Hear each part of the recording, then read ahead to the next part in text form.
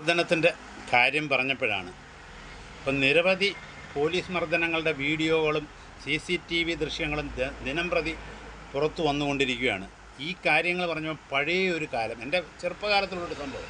ഞങ്ങളുടെ വീടിനടുത്തൊരു cash factory ഉണ്ടായിരുന്നു.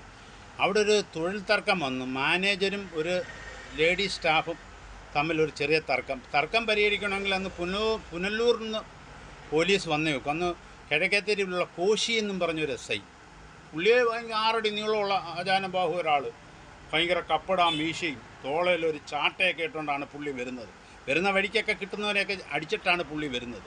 ഇത് പഴയ കാലമാണ് എങ്കിലും പറയുകയാണ്. അങ്ങനെ ഫാക്ടറി വാതൊക്കെ വന്നപ്പം പുള്ളിക്കൊരു വലിയ ചാരു കസേര കൊണ്ടിട്ട് കൊടുത്ത് ആളുകൾ കൂടി നിൽക്കുകയാണ്.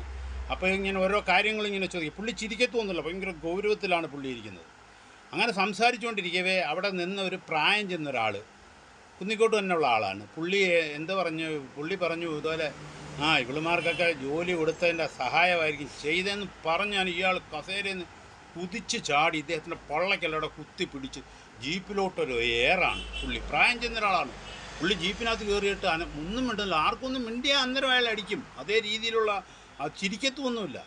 അവസാനം പ്രശ്നമൊക്കെ പറഞ്ഞ് പരിഹരിച്ചതിന് ശേഷം അവസാനം യൂണിയൻ നേതാക്കന്മാരെല്ലാം അവിടെ ഉണ്ടായിരുന്നു.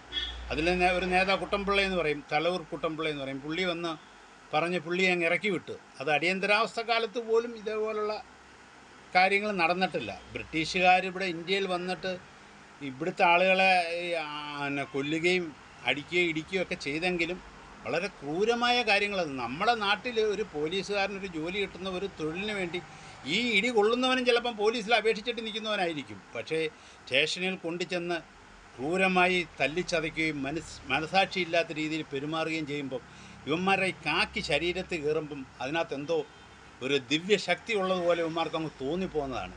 പക്ഷേ അതൊക്കെ പഴയ കാലം. ഇപ്പോഴങ്ങനെ കുനിച്ചു നിർത്തി ഇടിക്കാനും കൂമ്പിനിടിക്കാനും എന്ത് പറഞ്ഞാലും ഒരു കള്ള FIR അങ്ങ് ഫയൽ ചെയ്തിരിക്കുകയാണ്. സ്റ്റേഷൻ ആക്രമിച്ചു, അല്ലെങ്കിൽ തൊഴിൽ തടസ്സപ്പെടുത്തി, അല്ലെങ്കിൽ കൃത്യനിർവഹണത്തിൽ വീഴ്ച വരുത്തി, അല്ലെങ്കിൽ കാപ്പ ചുമത്തി, അല്ലെങ്കിൽ മയക്കുമരുന്ന് കൈവശം വെച്ചു, അല്ലെങ്കിൽ കഞ്ചാവ് കൈവശം. കാരണക്കാരൻ്റെ പുറത്തേ കുതിര കയറൂ. ശക്തിയും പവറും ഉള്ള ഒരാളെ തൊടാൻ പോലും ഉമ്മാർ ധൈര്യം കാണിക്കത്തില്ല. ഇപ്പം കേരളത്തിൽ ഇതെന്നല്ല, ഏത് ഡിപ്പാർട്ട്മെൻറ്റിലും ഇങ്ങനെയുള്ള സാധാരണക്കാരൻ്റെ പുറത്താണ് കുതിര കയറുന്നത്. അപ്പോൾ ഇതിനെ അറുതി വരുത്തണമെങ്കിൽ ഇതുവരെ ഉള്ളൂ. എല്ലാ സ്റ്റേഷൻ്റെ ചുറ്റിലും CC ക്യാമറകൾ വെക്കുക. ഇത് പണ്ട് നമ്മുടെ മീറ്ററൊക്കെ EM വെച്ച് ലോക്ക് ചെയ്യുന്ന മാതിരി ഇതിൻ്റെ ഹാർഡ് ഡിസ്ക് എന്നെടുത്ത് അത് ഡിലീറ്റ് ചെയ്ത് കളയാതിരിക്കാൻ വേണ്ടി ലോക്ക് ചെയ്യുക. പിന്നെ ഇതിൻ്റെ മേലുദ്യോഗസ്ഥർ ഇവിടെ അന്നേരം നടക്കുന്ന കാര്യങ്ങൾ അവർക്കും ലഭ്യമാക്കുന്ന രീതിയിൽ കൂടെ ഇതിൻ്റെ കാര്യങ്ങൾ ചെയ്യുക. അല്ലാതെ യാതൊരു രക്ഷയില്ല. എന്ത് കൊണ്ടുവന്നാലും അതിനെ അട്ടിമറിക്കുന്ന ഒരു സമീപനം പണ്ട് മുതലേ നമ്മുടെ നാട്ടിലുണ്ട്. എന്തൊരു നല്ല കാര്യം കൊണ്ടുവന്നാലും അതിനെ അട്ടിമറിക്കും. ജനമൈത്രി പോലീസ് എന്നും പറഞ്ഞ് നല്ല പേരെടുത്ത സ്റ്റേഷനിലുണ്ട്, നല്ല ആളുകളുണ്ട്. പക്ഷേ ഇതിലൊരു 10% ഉള്ളൂ ഇതുപോലെ ക്രിമിനൽ ബുദ്ധിയിൽ ചിന്തിക്കുകയും ആ രീതിയിൽ പെരുമാറുകയും ചെയ്യുന്ന 10% ഉള്ളൂ. ഇവന്മാരും ഇതിനൊക്കെയായി ഇപ്പം സമയം കിട്ടിയപ്പം പോലീസും ഉയർന്ന ഉദ്യോഗസ്ഥർ പോലും രാത്രി മെസ്സേജ് അയച്ച് ശല്യപ്പെടുത്തുന്നു. അങ്ങനെ പല കാര്യങ്ങളും കൊണ്ട് എന്തെങ്കിലും ഒരു കാര്യം കൈ കിട്ടിയാൽ അവനെ ഒതുക്കുക എന്നുള്ളൊരു ലക്ഷ്യമാണ്. അതിനകത്ത് കുറച്ച് രാഷ്ട്രീയക്കാരും അവരെ സഹായിക്കുന്നുണ്ട്. അല്ലാതെ ഒരു ഇതെല്ലൊന്നും ചെയ്യുന്നില്ല. ഇപ്പോൾ ഒരു കോൺഗ്രസിൽപ്പെട്ട ഒരാളിനെ ഒരു പൂജാരിയെ ഇടിച്ച് അത് 2 വർഷമായിട്ടും വിവരാവകാശ നിയമം അനുസരിച്ച് ലഭ്യമാക്കേണ്ട വിവരങ്ങൾ മേലോട്ട് പോയതിന് ശേഷമാണ് കൊടുത്തത്. ഉടനെ പോലീസിൽ നിന്ന് ഉയർന്ന ഉദ്യോഗസ്ഥർ സർക്കുലർ കൊടുത്തു കഴിഞ്ഞു. ഇങ്ങനെയുള്ള രംഗങ്ങളൊന്നും ജനത്തിന് കൊടുക്കണ്ട എന്ന്. കാര്യം ജനത്തിനെ കുനിച്ചീർത്തി ഇടിക്കുന്നതിനും മനസാക്ഷിയില്ലാത്ത രീതിയുടെ കൈകാര്യം ചെയ്യുന്നതിനും പറ്റിയ സ്ഥലമാണ്. ഇപ്പം പോലീസുകാർക്ക് കുറേ ചില്ലറ കൊടുത്താൽ ഏത് വിരോധിയും കൊണ്ടുവന്ന് കുനിച്ചീർത്തി ഇടിക്കാൻ പറ്റിയ അതിന് പിന്നെ പ്രത്യേകിച്ച് വലിയ ഗുണ്ടകളെയൊന്നും ഏർപ്പെടുത്തേണ്ട കാര്യമില്ല, അവരങ്ങ് ചെയ്തോളും. ഇതിനൊക്കെ ഒരു അറുതി ഉണ്ടാവണം.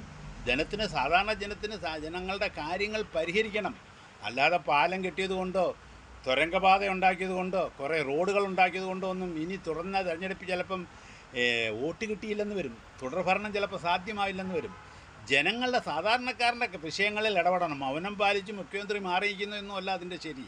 അതിൻ്റെ എല്ലാ വശങ്ങളും പരിശോധിച്ച് ജനത്തിന് എന്തെങ്കിലും പ്രയോജനമുള്ള രീതിയിൽ, അല്ലാതെ നീല കാർഡ് വെള്ളയാക്കി കൊടുക്കുകയും വണ്ടി യാത്ര ചെയ്ത് അതൊന്നുമല്ല വേണ്ടത്. സാധാരണ ജനങ്ങളുടെ ബുദ്ധിമുട്ട് പരിഹരിക്കാനാണ് ജനങ്ങൾ വോട്ട് ചെയ്ത് അധികാരത്തിൽ വരുത്തി അധികാരം ഏൽപ്പിച്ച് ഇവിടെ ഭരിക്കുന്നത്. തുടർന്ന് ഇലക്ഷൻ സമയത്ത് എന്തെങ്കിലും വികസനമോ റോഡ് പണിയൊക്കെ പറഞ്ഞു വന്നാലൊന്നും വോട്ട് കിട്ടാൻ പോകുന്നില്ല. Good bye.